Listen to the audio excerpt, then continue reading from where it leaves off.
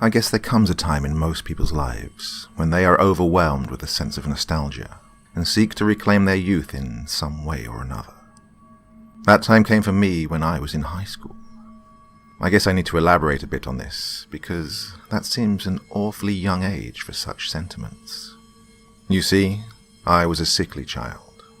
I spent a long time confined to a hospital bed, watching other children play their games. In all honesty, I was a little jealous that I never had that experience, so I guess that is why I tried to capture that ephemeral nostalgia one night with my friends. I want to say we were all sophomores or juniors in high school at that time. I had a fairly tight-knit group of friends. We did almost everything together. We hung out, studied, and even experimented a bit with each other. I think it was that unity and bond that gave me the courage to even propose my childish idea. We were hanging out in the depths of my old neighborhood.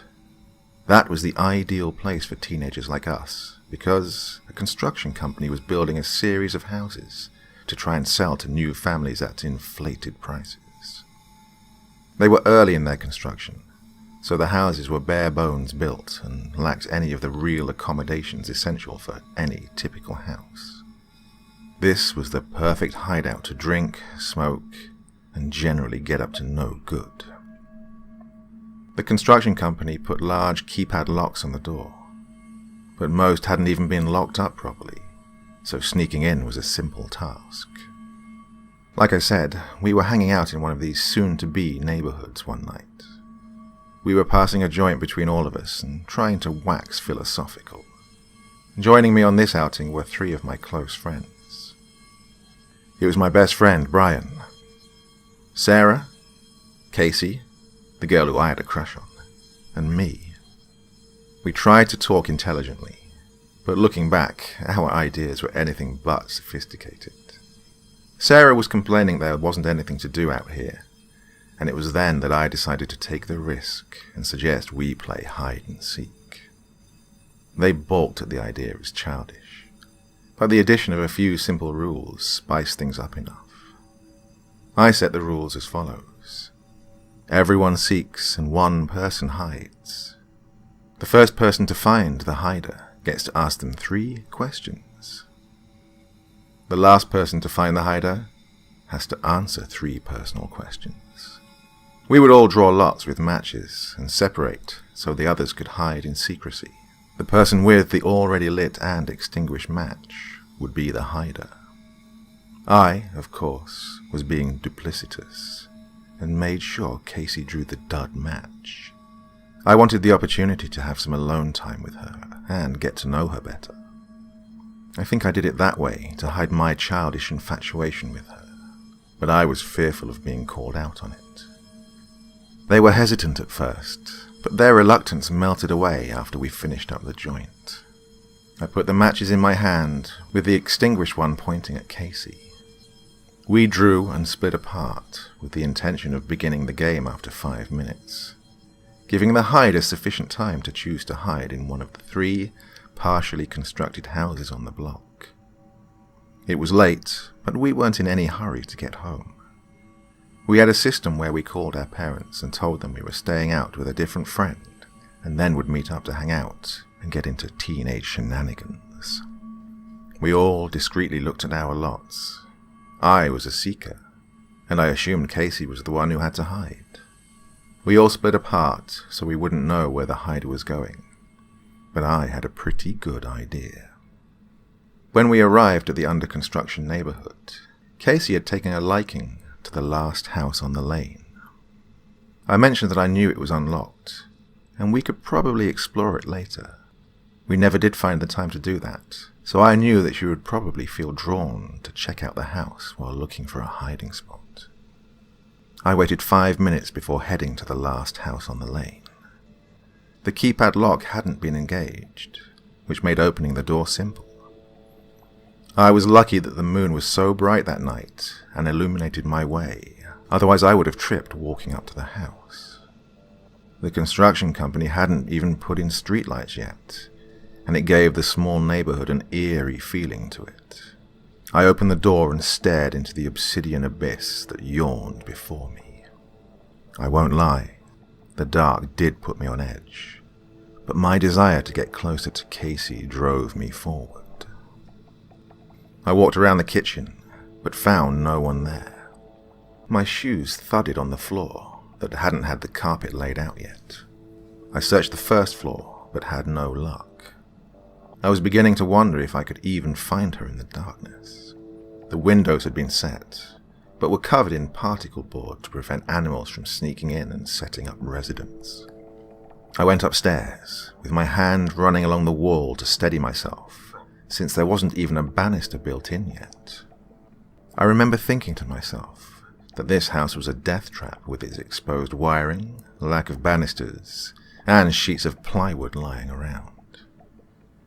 The master bedroom was empty, but just as I was about to give up hope of finding her, I heard the floor creak as someone moved around in the room next to the bedroom. I followed the sound, and as I strained my eyes in the darkness, I could see someone sitting in the middle of the unfurnished room. My heart started to beat in a rapid staccato. I'd found her. I sat down a few feet away and loudly proclaimed, "I found you, so I get to ask 3 questions."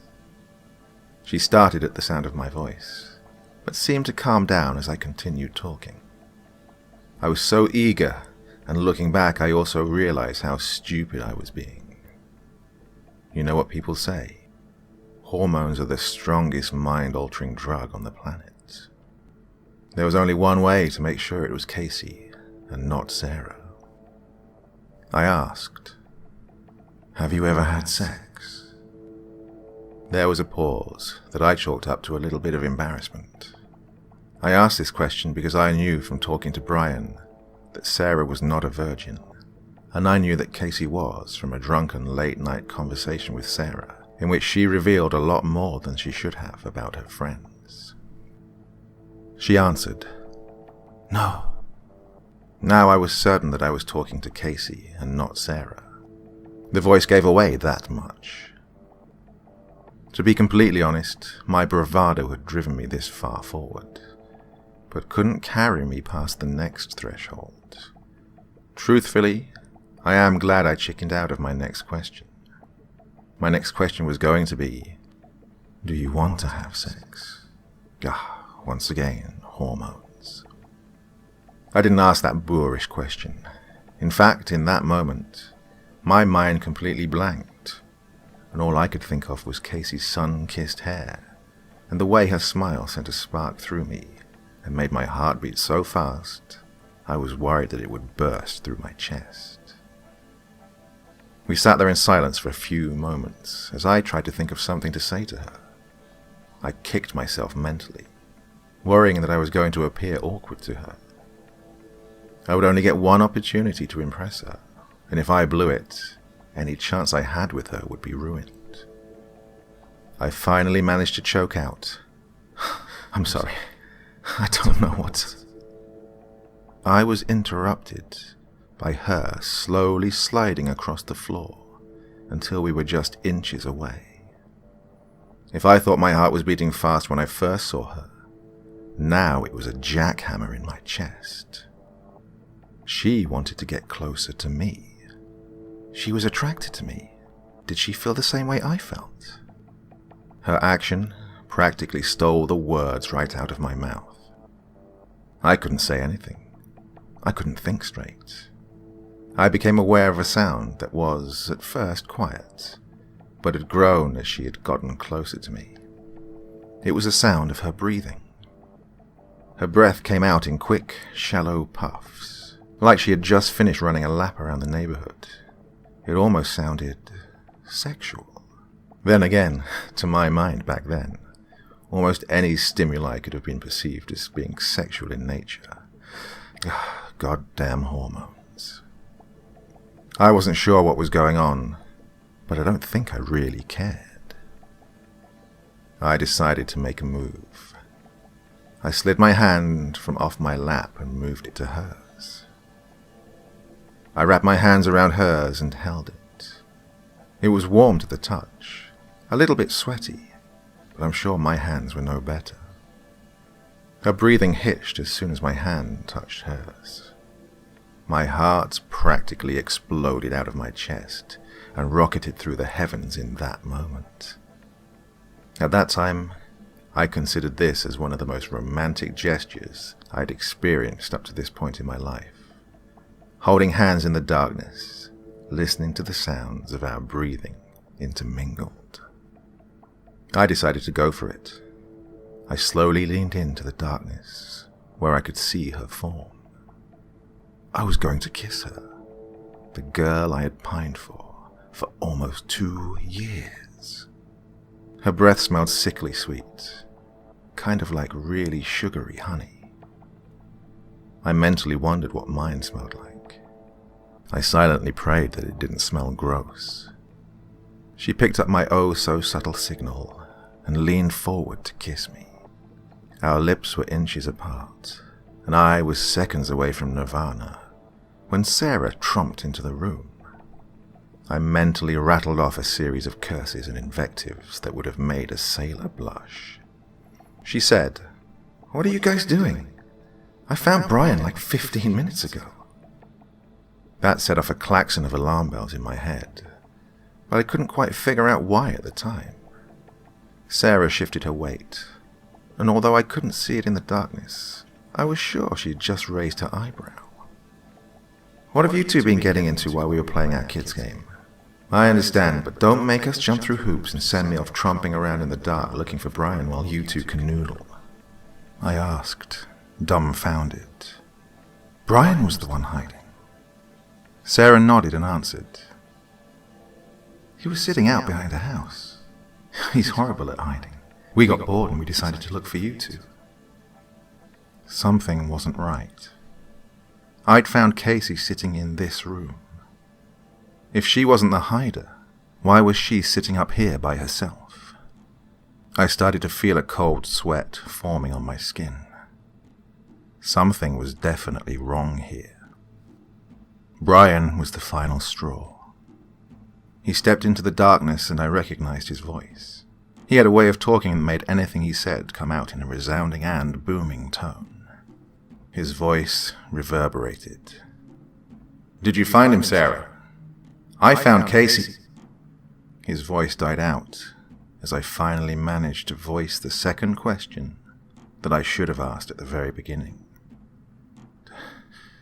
"Do I know you?" The voice softly replied, "No." But the word was so pregnant with emotions that a shiver rattled throughout my body. Casey wasn't in the room with us. She was outside the house. Whose hand was I holding? With my free hand, I reached into my pocket and pulled out the matches we'd used for drawing lots. It felt like my lungs were in a vice. I couldn't breathe. I dragged the match along the floor, and it ignited. The little flame was sufficient to illuminate the form beside me. Sarah shrieked, and Brian practically threw himself out of the room in fright. I jerked my hand free and accidentally extinguished the light after our short, terror-filled look at the thing. In later conversations I had with Brian and Sarah, it seemed like we all saw something different in that transitory moment. Sarah swore she saw a malformed woman that was reminiscent of thalidomide children with bent, twisted limbs and fused fingers. Brian saw an ancient and decrepit woman with pendulous breasts and mottled, graying skin. What I saw gave me nightmares for weeks afterwards. I saw what looked like a woman. Her jaw was twisted open like it had been dislocated. It was open so wide, it looked like she could fit my entire head into her cavernous maw. I'm not sure if it was like that in preparation for our kiss or what. Her fingers had extra joints and seemed unnaturally long and bony. She was gaunt, pale, and her mangy hair hung around her head like a bird's nest made of dead twigs. We all fled the house. In my attempt to escape, I ran into the doorframe and gave myself such a terrible bruise that I had to spend the next day icing it and wondering if I'd broken my collarbone. We flew from that house like banshees from hell. Casey didn't believe our story, but, to be honest, I didn't care whether she believed us or not. I know what I saw, and what I saw horrified me. Years have passed since that day. I graduated, settled down with a nice girl. Casey and I drifted apart in the later years of high school, and moved into a nice house. The story drifted to the back of my mind, and was washed away in the ebb and flow of day-to-day life. These memories re-emerged to the forefront of my mind like a raging tidal wave by the simplest of things, a power outage. My power had just gone out. I sighed at the inconvenience of it all and went down to the basement to find and check the circuit breaker. This was a common enough occurrence due to the faulty wiring of my house that I could find the circuit breaker and flip it with my eyes closed. I didn't even need a flashlight anymore. The motion was so ingrained in my muscle memory. It was there, as I fiddled with the circuit, that I became aware of the sound. It was almost inaudible, but it steadily grew as I paused to listen to it. I couldn't identify it at first, but when I finally placed it, the memories flooded back to me. Sitting in the darkness, my hands entwined with that thing's hand, and my mouth inches away from hers, in preparation to kiss her pale skin. It was the sound of breathing other than my own, and it sounded shallow and forced, like someone enervated. I would have smiled if I wasn't so scared. It sounded almost sexual. The voice spoke, and my stomach almost bottomed out from dropping to its pit so quickly. "You have one more question to ask me." In my basement, I realized that I was no longer the shy boy I once was in the dark of that partially constructed house all those years ago. I'd found my voice, and I didn't need to think of the words to say. I asked my final question, already knowing the answer. Am I going to leave this basement?